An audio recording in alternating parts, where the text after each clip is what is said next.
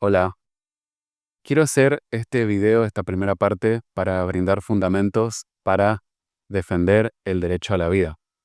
Nosotros como providas, como activistas, militantes providas, tenemos que tener bien fundamentada la defensa del derecho a la vida. Es importante la formación y desarrollar una buena defensa al derecho a la vida. Entonces, ¿de dónde se desprende que tenemos que defender el derecho a la vida? Bueno, para entender esto, primero tenemos que entender lo que es el orden natural. Nosotros, en el orden del cosmos, vamos a ver de que existen ciertas leyes que rigen la naturaleza, ¿sí?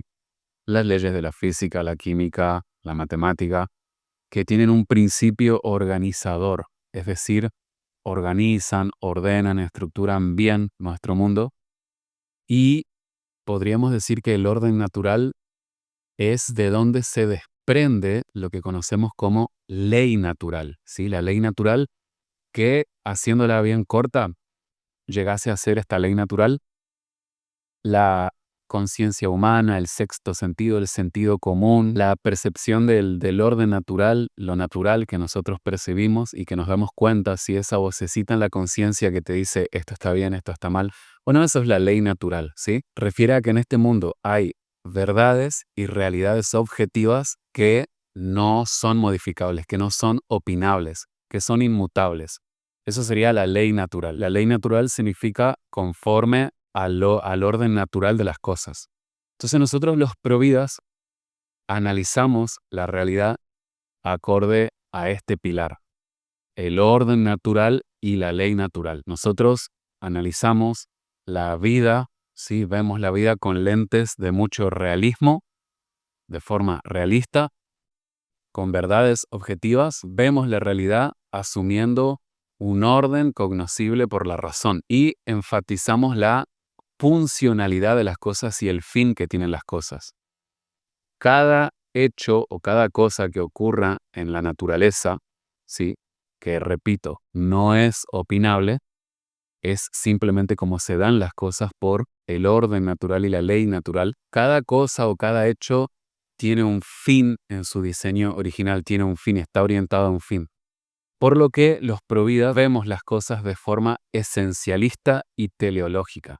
¿Qué es esto? Bueno, el esencialismo es la disciplina que estudia la esencia de las cosas. Todos los entes o las cosas o los hechos tienen una esencia, están dotados de un conjunto de características que le dan una esencia, algo que lo define como lo que es y que lo distingue totalmente de todo lo demás. Y la teleología, cuando uno dice vemos las cosas de forma teleológica, es el estudio de la finalidad de las cosas. Cada ente, hecho o cosa que ocurra de forma natural tiene una finalidad, ¿sí? Todo está diseñado para un fin. Las cosas tienen una tendencia natural hacia un determinado fin. De la esencia de las cosas deriva una finalidad y esta finalidad tiene un propósito determinado. Por ejemplo, la esencia de una semilla es ser un árbol. La finalidad de que la semilla esté enterrada en la tierra es que emerjan de ellas raíces y que a través de los fotones, la luz del sol, se erija hacia arriba. Ahí vemos un orden concatenado. Ahora sí, yendo más a nuestro tema, los niños por nacer. La esencia de un embrión o un feto humano es humano. Tiene su naturaleza por su dotación genética, es un ser humano, tiene esencia humana, naturaleza humana. Y la finalidad de un niño por nacer será nacer. Esa es la finalidad. Ese es el orden natural. Si yo interfiero cortando la gestación, yo ya estaría haciendo algo antinatural. Porque decíamos que en los hechos naturales, los entes o los hechos tienen una tendencia hacia un determinado fin. En estos temas también vamos a ver de que el ser humano tiene su esencia y su fin dentro del marco de lo natural y que puede ser perfectible.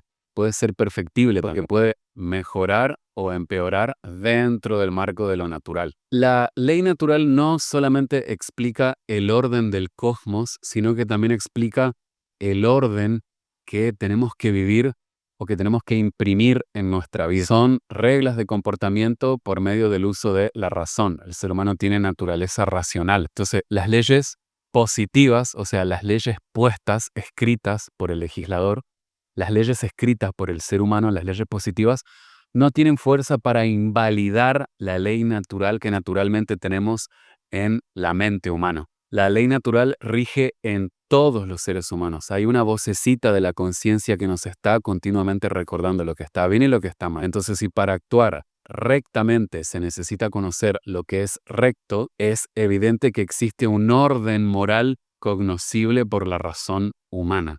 Entonces, de acá es donde vamos a ver que cuando se violenta el orden natural o la ley natural, los derechos naturales, vamos a ver de que llega la justicia moral, llega como en forma de castigo.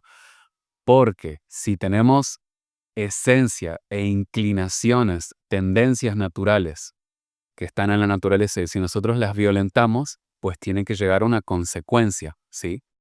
Esa sería la justicia natural. Por eso es que entre seres humanos, desde mucho antes de la existencia de cualquier estado o iglesia, lo que sea, siempre tenemos en nuestra mente el hecho de que el bien tiene que ser practicado y el mal tiene que ser evitado. Por ejemplo, si yo robo, miento, si mato a algún otro individuo humano, pues eso afecta negativamente, o sea, no somos islas. Cada acción que tenemos, inmoral o no, genera cultura porque impacta como un efecto contagio. Entonces, si yo mato a otro, lo estoy agrediendo, uso la violencia, le hago daño, otros individuos de ese clan podrían buscar venganza contra mí y así continuamente se hace una maraña de problemas que no hay ninguna necesidad. ¿Y por qué si un individuo mata a otro adulto, por ejemplo, y después este clan, o si sobrevive, buscaría venganza? Porque se sintió molestado. Y de ahí es de donde naturalmente nosotros tenemos puesto que hay ciertas cosas que no tenemos que tolerar y ciertas cosas que no son admitidas. Entonces, para convivir en sociedad hemos elaborado ciertas reglas y leyes que no hace falta que estén escritas, pero por las dudas las escribimos, son expuestas por el legislador y nosotros por dentro también lo sabemos. ¿Sí? Eso es la clásica formación en la primaria que nos dan de formación ética y ciudadana. Tiene mucho que ver con el orden moral que tenemos en la mente humana, que eso está demostrado por neurobiología, existe, que es ordenar la sociedad por algo que ya tenemos adentro de nuestra propia mente, no hacer daño al otro. El bien tiene que ser practicado y el mal tiene que ser evitado. Así es como nos tenemos que llevar. Así somos los únicos animales, los únicos entes de la naturaleza que entendemos este pilar. Entonces, si algo se sale del orden de los parámetros naturales establecidos, si algo se sale de ese principio organizador moral, como se sale de como no hay una compatibilidad con el orden o la ley natural, pues va a llegar un castigo natural, ¿sí? En el caso, por ejemplo, del aborto, cuando yo trunco la finalidad de un niño por nacer, que era nacer, si yo corto violentamente esta comunicación bioquímica natural que existe entre feto y madre, entre el hijo y madre, pues la consecuencia será que va a llegar la justicia. No solamente una consecuencia probablemente física, sino más bien un castigo psicológico, ¿sí? Ahí viene el famoso trauma post-aborto. Naturalmente, a una mujer y a un padre también surge naturalmente por instinto, esto ya está en nuestro ADN ahí codificado. Cuando se entera de que está embarazado, que va a ser papá o mamá, le surge esta cuestión de respeto a la vida humana, porque es su prole, su hijo es la extensión de sí mismo. Y por eso es que antes de abortar, antes de decidir matar a un niño por nacer, en la mujer por sobre todo se presenta una previa deliberación porque entra en conflicto su psique. Cuando toma final, ahora más adelante vamos a analizar esto de la deliberación y los mecanismos de defensa que presenta para cosificar al feto, algo totalmente antinatural. Y cuando aborta, luego se presentan una serie de síntomas que es el castigo, la justicia natural que naturalmente tiene que aparecer porque aparece la culpa. Ese es el castigo más fuerte, la culpa. La conciencia carcomiendo la cabeza de esta mujer que ha cometido un acto inmoral en contra de la vida humana. Entonces, en estado de naturaleza, los seres humanos tienen ya imprimida en su mente y en su corazón también el hecho de practicar el bien, hacer el bien, vivir con conductas normalmente aceptables en una sociedad donde se conserve el respeto a la vida y la paz social. La máxima, el imperativo del derecho natural es preservar la vida y la convivencia social. Para Murray Rothbard, por ejemplo, él decía que la propiedad de uno, el cuerpo de uno, es un precepto absoluto. Uno puede hacer lo que uno quiera, uno tiene la libertad es un derecho natural también de hacer lo que uno quiera, siempre y cuando no le haga daño al otro. El famoso, mis derechos terminan cuando empiezan los tuyos. Uno puede hacer lo que uno quiera siempre y cuando no dañe al otro, no perjudique al otro y siempre que no inicies agresión o violencia contra otro. El mayor principio ordenador de justicia, dice Rothbard, es el acuerdo voluntario, los acuerdos voluntarios. La única vez que sería, que también está mal, pero sería permitido, por ejemplo, iniciar agresión contra otro es cuando uno está en un estado de excepción. Es decir, cuando el otro te está atacando. Ahí estamos en un estado de excepción y tenemos derecho, por supuesto, a preservar nuestra vida y a defendernos. Esas son las famosas guerras, por ejemplo. Pero en el caso del niño por nacer, que es un inocente, no está atacando, por ejemplo, a la madre. No hay un estado de excepción ahí. Siempre avanzar, masacrar inocentes está mal. Entonces, la ley natural tiene una estrechísima relación con todos los derechos humanos, las leyes, nuestra constitución, el código civil, penal, que existen hoy en día, porque justamente se basan en el derecho natural. En un principio, Aristóteles, Platón, Cicerón, Séneca estudiaron este tema de el orden natural y las leyes naturales. Las leyes naturales son leyes que escapan del arbitrio del legislador. Son principios y valores que se articulan sin que sean enseñados, de la misma forma que un bananero crece cuando hay luna llena o cuando sale, por ejemplo, la tortuguita y por instinto ya sabe que tiene que nadar hacia donde está la luna. Bueno, naturalmente el ser humano en su conducta moral tiene esto adentro de sí mismo. No matar, no hacer daño a otro. Entonces los providas entendemos de que existe un orden natural que hay que respetar. Hay ciertas realidades objetivas contra las cuales no podemos avanzar. Esto no significa que tengamos que vivir siempre así de una forma estática, sino que cualquier modificación, por ejemplo, un avance tecnológico que se haga, tiene que ir enmarcado al respeto del orden natural. Hay cosas, ciertos valores y principios, códigos de ética y ciertos códigos que no son opinables, que permanecen inmutables hasta el fin de los tiempos. Para los providas, los aspectos fundamentales son el orden natural, la ley natural, los derechos naturales, vida, libertad, propiedad privada, y las obligaciones y el deber. ¿Sí? Uno tiene derecho, pero también tiene obligaciones y tiene deberes a los cuales responder. Y estas cosas se manifiestan en el orden que tenemos que expresar en nuestra vida. Los autores que fueron articulando esta serie, esta secuencia de razonamientos lógicos y conscientes, muy buenos, son Aristóteles para la Edad de Bronce, después, mucho después de Cristo, viene Santo Tomás de Aquino, que habla de los derechos naturales también y la dignidad de la persona humana.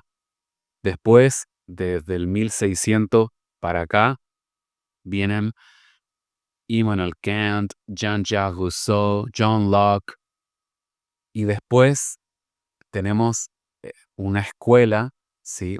La escuela de Salamanca, donde tenemos una serie de filósofos, teólogos católicos, como ser, por ejemplo, Francisco de Vitoria, Luis de Molina, Francisco Suárez, Juan de Mariana, que ellos, en la época para cuando los españoles llegaban a América, se decía que los indios, los indígenas, los nativos, ellos decían que como los nativos son personas y son seres humanos y tienen dignidad y todos somos iguales, todos arrancamos de un pie de igualdad y no discriminación, pues ellos, que serían súbditos ante el rey, ellos también merecen respeto, porque moralmente, en su esencia, son seres humanos y todos somos iguales. Y nadie vale más que otro. No es que los indígenas tienen menos derechos o son una categoría de personas de segunda. No, todos somos iguales. Eso es lo que después más adelante los liberales como Murray Rothbard, etcétera, el largo listado de liberales de la escuela austríaca, y etcétera, hablarían de que son los derechos del individuo frente al Estado. Bueno, pues en la escuela de Salamanca se hablaba de los derechos del súbdito ante el rey o ante el príncipe. Entonces, en la escuela de Salamanca se decía de que hay ciertas normas y ciertos derechos que tenemos nosotros como seres humanos que son preexistentes a la existencia de cualquier Estado-nación, de cualquier institución, cualquier iglesia. ¿Sí? Con el orden natural y la ley natural entendemos que del ser humano emana la mayor dignidad, que nos otorgan derechos naturales. Y estos derechos naturales, vida, libertad y propiedad privada, no son derechos que son entregados al Estado, que yo otorgo al Estado. Son derechos que permanecen siempre porque están en nosotros por nuestra esencia. El Estado no tiene ni la potestad, ni la capacidad, ni nunca le fue conferido al Estado la legitimidad para restringir o otorgar derechos humanos. El Estado lo único que tiene que hacer es custodiar, velar por estos derechos, pero no es función del Estado restringir, retirar o entregar, otorgar derechos humanos. El Estado no está para eso. El Estado, que justamente es el famoso Estado de Derecho, está para garantizar, para ser garante, para custodiar los derechos naturales, ¿sí? Porque esos son derechos personales de la persona humana. Y la persona humana, adivinen cuándo arranca. Cuando el ser humano comienza a existir.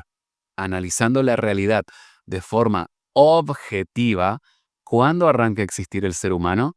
Pues en la fecundación, en el vientre de la mamá, ¿sí? Entonces, desde allí, los derechos naturales comienzan a existir desde que la persona humana comienza a existir. Los derechos naturales son personales, no son delegados, no son entregados. Los derechos humanos no son delegados a un gobernante o a la libre deliberación de un parlamento. No, no se debe hacer eso. Nadie nunca lo ha hecho. Los derechos humanos, como el derecho a la vida, por ejemplo, no son delegables, no son opinables. Esto no es cuestión de gustos o opiniones. La vida humana, sus derechos naturales fundamentales, son un valor absoluto, no son opinables. No es relativo esto, no es cuestión de gustos o de opiniones. O tenemos derechos humanos naturales, todos, o no lo tenemos ninguno. Es así. Yo no puedo decir, vos no tenés derechos humanos porque sos alemán. No puedo decir, vos no tenés cierto derecho porque sos, no sé, protestante, judío. Vos no tenés cierto derecho porque sos amerindio. Vos no tenés cierto derecho porque sos mujer. Vos no tenés cierto derecho porque sos gay. Vos no tenés cierto derecho porque no tenés cierta estatura. Sos muy bajito o muy alto. Vos no tenés derecho porque tenés una deformación o un problema genético, por ejemplo. O no puedo decir, vos no tenés derecho porque tenés muy corta edad, no has nacido, por ejemplo. No puedo decir eso yo. No existen personas de primera y personas de segunda. No existe unas personas que tengan una supremacía de derechos. O respetamos los derechos humanos de todos o no respetamos los de ninguno. Seguimos en la segunda parte.